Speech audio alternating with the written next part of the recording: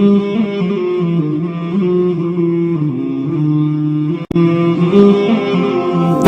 علی علیہ السلام مزدوری کر رہے تھے۔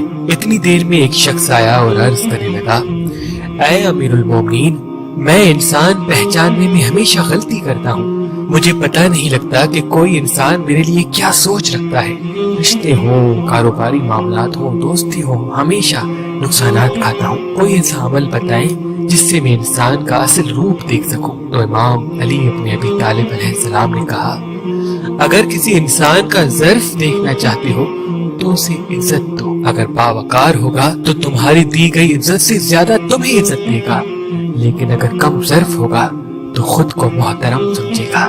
اور اگر یہ دیکھنا چاہتے ہو کہ یہ انسان تمہارے لیے بہتر ہے یا بدتر، تمہارے لیے کیا سوچ رکھتا ہے، تو ایک مرتبہ سورہ نصر پڑھ کے اس کی آنکھوں میں دیکھو۔ اگر اس کا چہرہ مسلسل شادمان رہے، مطمئن رہے، تو سمجھ لینا یہ انسان تمہارے لیے بہتر ہے۔ لیکن اگر وہ گھبرا جائے یا پریشان ہو جائے تو سمجھ لینا یہ انسان تمہارے لیے بہتر نہیں، کیونکہ وہ اپنے دل میں تمہارے لیے اچھی سوچ نہیں رکھتا۔